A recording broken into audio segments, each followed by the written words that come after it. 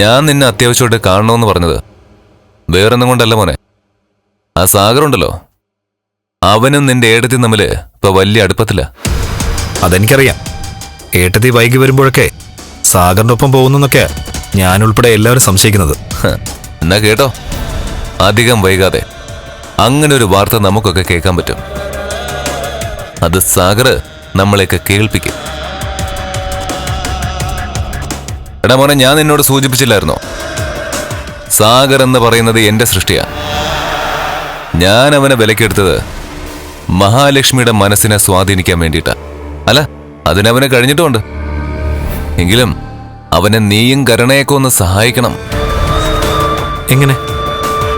എടാ, ഇപ്പൊ നിന്റെ ഭാര്യ അമ്മയാവാൻ പോകുന്നത് മഹാലക്ഷ്മിയിൽ ചലനങ്ങൾ സൃഷ്ടിച്ചിട്ടുണ്ട്. ഒരമ്മയാവാൻ അവളുടെ മനസ്സ് ആഗ്രഹിക്കുന്നുണ്ട്. അങ്ങനെ ഒരു സാഹചര്യത്തില് അവളുടെ സ്വപ്നങ്ങളും പ്രതീക്ഷകളും നീയും നിന്റെ ഭാര്യയും ചേർന്ന് വളർത്തിക്കൊണ്ടേയിരിക്കണം. അവളുടെ സ്വപ്നങ്ങൾക്ക് ചിറക് മുളച്ചു കഴിഞ്ഞാൽ അവൾ ഉറപ്പായും പറന്നു പോകാൻ തിടുക്കം കാണിക്കും. ആർക്കൊപ്പം? സാഗറിനൊപ്പം. സാധാരണ ഒരു ഓഫീസ് സ്റ്റാഫിനോടുള്ള അടുപ്പമല്ല സാഗറിനോട് അവർ കാണിക്കുന്നത്. എടാ, ഇപ്പം മഹാലക്ഷ്മിയുടെ ഉള്ളില് കണ്ണൻ ഉണ്ടോ എന്ന് ചോദിച്ച ഉറപ്പായും ഉണ്ടെന്ന് തന്നെ ഉത്തരം പറയേണ്ടി വരും. എങ്കിലും അവളുടെ മനസ്സില് കണ്ണന് മുകളിലാണ് ഇപ്പൊ സാഗറിന്റെ സ്ഥാനം. അതാണ് നമ്മൾ ചൂട് പിടിപ്പിക്കേണ്ടത്. കണ്ണൻ പെണ്ണ് കെട്ടത്തില്ലെന്നാ നമ്മളൊക്കെ വിചാരിച്ചിരുന്നത്. ഇനിയിപ്പൊ കെട്ടിയാലും ശരി, നമുക്കൊക്കെ അടിമയാക്കാൻ പറ്റുന്ന ഒരുത്തിയായിരിക്കും അവന്റെ പെണ്ണായിട്ട് വരുന്നെന്നൊക്കെയായിരുന്നു നമ്മുടെയൊക്കെ സങ്കല്പം. അങ്ങനെയാ എന്റെ അച്ഛൻ മണ്ടത്തരം കാണിച്ചത്. കരുണയ്ക്കൊപ്പം മഹാലക്ഷ്മിയും കമലേശ്വരത്തേക്ക് വന്നത് അവൾ ആ വീട്ടിൽ വെറൊരു ജോലിക്കാരിയാവുമെന്ന് കരുതിയിട്ട. എന്നാൽ ഇപ്പം കമലേശ്വരം ഫിനാൻസിയേഴ്സും കണ്ണന്റെ ബിസിനസ്സും ഒക്കെ ഭരിക്കുന്നത് അവളും കൂടിയാ. ആ ഭരണം അവസാനിപ്പിച്ചില്ലെങ്കിൽ നമ്മൾ വെറും കൂലിക്കാരായി പോകൂടാ, കണ്ണന്റെ കമ്പനിയിലെ കൂലിക്കാര്. മേഘേട്ടൻ ആഞ്ഞു ശ്രമിച്ചോ, എന്തിനും ഏതിനും ഞാനുണ്ട് കൂടെ. മേഘേട്ടനെ പോലെ തന്നെ എനിക്കുണ്ട് ഒരുപാട് സ്വപ്നങ്ങൾ. അതുമാത്രമല്ല, കരുണയുടെ മുന്നിൽ ഒരു വില വരണമെങ്കിൽ അവളുടെ ചേച്ചി ആ വീട്ടിൽ നിന്ന് പോയേ പറ്റൂ. അങ്ങനെ കണ്ണേട്ടന്റെ ജീവിതത്തിൽ നിന്ന് അവർ പോയി കഴിഞ്ഞാൽ അയാൾ ഒരു പാഠം പഠിക്കും മേഘേട്ട. ഇപ്പൊ എന്റെ ഭാര്യയുടെ സ്വഭാവം അറിഞ്ഞു വെച്ചുകൊണ്ട് തന്നെ അയാൾ എന്നെ കരുണയുടെ മുന്നിൽ വെച്ച് ഒരുപാട് കൊച്ചാക്കുന്നുണ്ട്.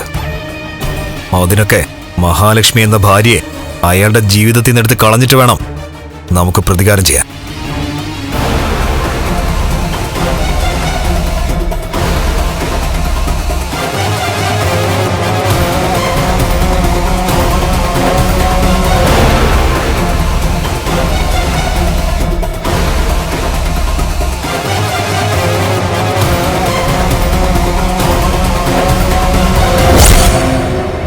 മേഘേട്ടൻ പറഞ്ഞതിൽ കാര്യമുണ്ടോ ഉണ്ണേട്ടാ?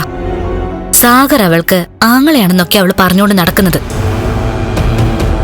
അത് മറ്റുള്ളവരുടെ കണ്ണു മൂടിക്കെട്ടാനുള്ള അടവാണ്. ശരിക്കും അവനോട് അവൾക്ക് പ്രേമമാണ്. അല്ലെങ്കിലേ എല്ലാവരും സംശയത്തോടെ നോക്കുമ്പോ അവൾ അവന്റെ പിന്നാലെ കറങ്ങി നടക്കോ? നമുക്കൊരു കുഞ്ഞ് ജനിക്കാൻ പോകുന്നു അറിഞ്ഞതിൽ പിന്നെ അവരാകെ അപ്സെറ്റാ. നിന്നെക്കാൾ മുന്നേ ഒരു കുഞ്ഞിനെ ലാളിക്കേണ്ടത് അവരല്ലേ. ആ ആഗ്രഹത്തെ ചൂട് പിടിപ്പിക്കണമെന്നാണ് മേഘേട്ടൻ പറഞ്ഞിരിക്കുന്നത്. അങ്ങനെ ചൂട് പിടിപ്പിച്ചാലേ അവളുടെ മനസ്സിന് ഇളക്കം തട്ടു. നമ്മളൊക്കെ പ്രതീക്ഷിക്കുന്ന പോലെ അവൾ സാഗറിനൊപ്പം പോവും. ആദ്യമൊക്കെ അവരൊരു പാവാണെന്നാണ് കരുതിയത്. എന്നാൽ ഓരോ ദിവസം കഴിയുന്തോറും അവരുടെ നാവിന്റെ ശക്തി കൂടുന്നുണ്ട്. ഇന്ന് എന്റെ അമ്മയുടെ നേർക്ക് നേരെ നിന്നാ അവൾ സംസാരിച്ചത്. എന്തൊക്കെയോ നേടിയ ഭാവം അവൾക്ക്. എല്ലാം ആ കണ്ണേട്ടന്റെ ബലത്തിലാ. അതുകൊണ്ട് അവള് കാരണം അയാൾ കരയണം ഉണ്ണിയേട്ടാ. തേനെ പാലേന്ന് പറഞ്ഞു കൊണ്ടു നടന്നത് തനി പാമ്പിനെയാന്ന് അയാൾക്ക് തോന്നണം. സ്നേഹം തലയ്ക്ക് പിടിച്ച എന്തും കൊടുക്കുന്ന കൂട്ടത്തിലാ കണ്ണേട്ടൻ. ഇനി കണ്ണേട്ടൻ അങ്ങേർക്കുള്ളതെല്ലാം അവരുടെ പേരിൽ എഴുതി വെക്കുന്നതിന് മുമ്പ് അവർ ഈ വീടിന്റെ പടി കടന്ന് പോയേ പറ്റൂ. അത് നമ്മുടെ മാത്രമല്ല, മേഘേട്ടന്റെയും എന്റെ അമ്മയുടെയും അമ്മാവന്റെയും മഞ്ജുവിന്റെയും ഒക്കെ ആഗ്രഹം അത് തന്നെ.